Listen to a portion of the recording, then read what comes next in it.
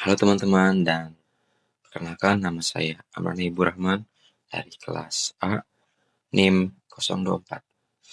Pada video kali ini saya akan membahas tema The Self in Social World, atau bagaimana konsep diri terbentuk dalam lingkungan sosial.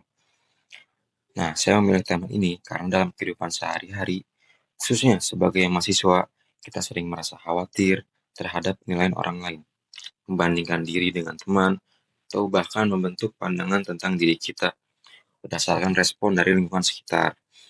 Melalui video ini, saya ingin menunjukkan bahwa diri kita ternyata tidak terbentuk secara individu saja, tapi juga dipengaruhi oleh interaksi sosial. Nah, dalam psikologi sosial, konsep the self in a social world menjelaskan bahwa cara kita memahami diri sendiri dipengaruhi oleh lingkungan sosial, hubungan dengan orang lain, serta pengalaman yang kita alami. Sederhananya, kita mengenal diri kita melalui interaksi dengan keluarga, teman, dosen, media sosial, dan masyarakat. Apa yang orang lain katakan, pikirkan, atau tunjukkan kepada kita dapat mempengaruhi cara kita memandang diri sendiri. Nah, terdapat beberapa konsep penting nih dalam pembahasan ini yang akan saya jelaskan. Yang pertama adalah self-concept atau konsep diri.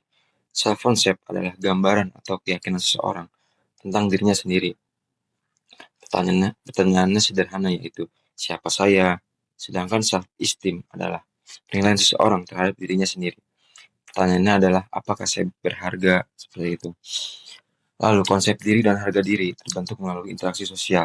Menurut Charles Horton Coley, kita memahami diri melalui looking glass self, yaitu melihat diri kita berdasarkan bagaimana kita merasa orang lain melihat kita. Selanjutnya ada Leon Festinger menjelaskan bahwa manusia cenderung melakukan social comparison atau perbandingan sosial untuk menilai kemampuan dan nilai dirinya. Selain itu ada dua fenomena yang sering terjadi dalam kehidupan mahasiswa. Pertama yaitu spotlight effect, yaitu kecenderungan untuk merasa bahwa orang lain selalu memperhatikan penampilan atau kesalahan kita. Kedua, illusion of transparency, yaitu kecenderungan merasa bahwa orang lain dapat mengetahui perasaan atau emosi kita dengan mudah. Padahal kenyataannya orang lain seringkali tidak terlalu memperhatikan kita seperti yang kita bayangkan. Nah, contoh kasusnya itu misalnya kayak seorang mahasiswa sedang melakukan presentasi di depan kelas. Saat presentasi, ia salah menyebutkan satu istilah dan langsung merasa malu. Setelah presentasi selesai, ia terus memikirkan kesalahan tersebut dan merasa semua teman sekelas memperhatikannya. Ia juga merasa bahwa semua orang tahu dirinya sedang gugup karena tangannya gemetar dan suaranya sedikit terbata-bata. Setelah pulang, ia membandingkan dirinya dengan teman lain yang presentasinya lebih lancar dan mulai merasa dirinya kurang pintar. Nah, kasus seperti ini sering terjadi dalam kehidupan mahasiswa. Nah, kasus tersebut tuh dapat dijelasin menggunakan beberapa konsep psikologi sosial. Perasaan bahwa semua orang memperhatikan kesalahannya merupakan contoh dari spotlight effect. Anggapan bahwa orang lain mengetahui rasa gugupnya merupakan contoh dari illusion of transparency. Ketika mahasiswa tersebut membandingkan dirinya dengan teman yang dianggap lebih baik, ia sedang melakukan upward social comparison.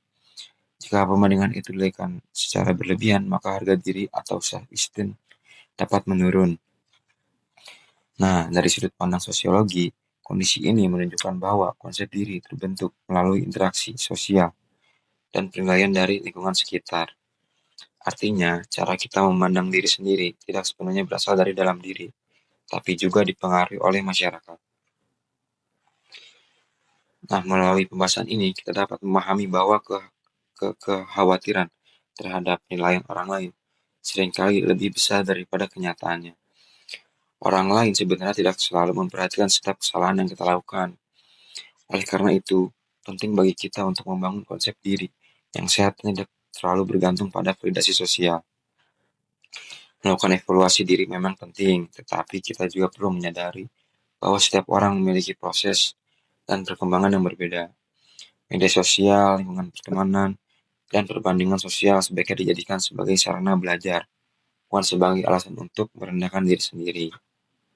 Kesimpulannya, the self in a social world menunjukkan bahwa konsep diri dan harga diri terbentuk melalui interaksi sosial. Fenomena seperti spotlight effect, illusion of transparency, dan social comparison membuktikan bahwa lingkungan sosial memiliki pengaruh besar terhadap cara kita memandang diri sendiri. Dengan memahami konsep ini, kita dapat menjadi lebih percaya diri, lebih bijak dalam menilai diri, dan tidak mudah terpengaruh oleh penilaian orang lain. Sekian video dari saya. Terima kasih atas perhatian teman-teman dan Bapak Ibu dosen. Wassalamualaikum warahmatullahi wabarakatuh.